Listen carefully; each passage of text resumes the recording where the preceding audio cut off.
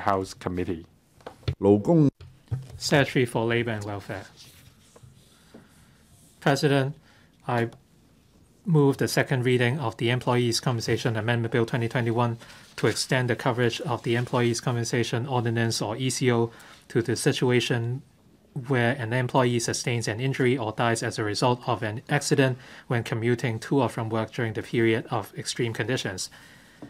Following the experience with Super Typhoon Mangkhut in 2018, the government has conducted an interdepartmental review of the handling mechanism to improve Hong Kong's preparedness, emergency response and recovery efforts for future super typhoons or any other natural disasters of a substantial scale. This resulted in the establishment of work arrangement measures under extreme conditions.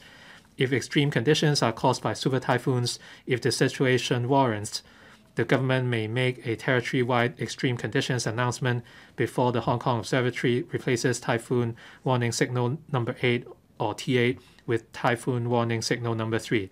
In the period within which extreme conditions exist, as specified in the announcement, the public, apart from the essential staff who have an agreement with their employers to be on duty when the extreme conditions exist, are advised to stay in the places they are currently in or safe places for 2 hours after cancellation of T8 instead of leaving for work or going outside.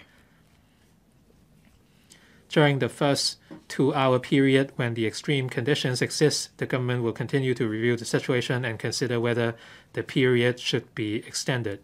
Apart from a super typhoon, an extreme condition announcement may also be made depending on the actual circumstances of other natural disasters of a substantial scale. Currently, ECO accords protection to employees who sustain an injury or die as a result of an accident arising out of and in the course of their employment, and employees suffering from an occupational disease prescribed by ECO owing to the nature of their work.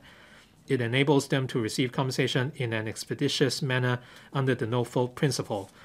The ordinance also provides for employees' compensation or EC protection to employees traveling to and from their places of work in specified situations.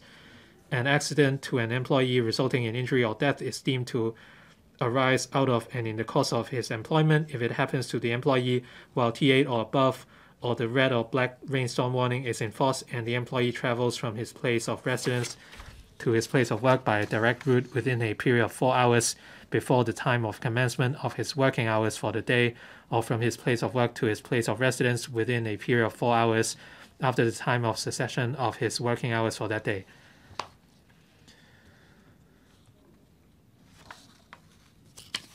Having considered that employees commuting to or from work during extreme conditions can be subject to more dangerous circumstances similar to those under T8 or above or the red or black rainstorm warning, we consider it necessary and justified to accord adequate EC protection to them.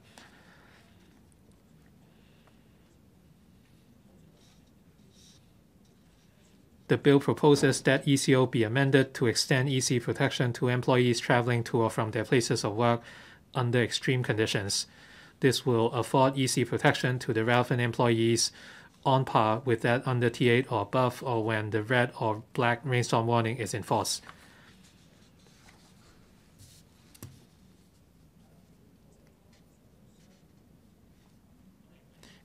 In drawing up the legislative proposal, we consulted the Labour Advisory Board and Electoral Panel on Manpower, who both expressed support of the proposal.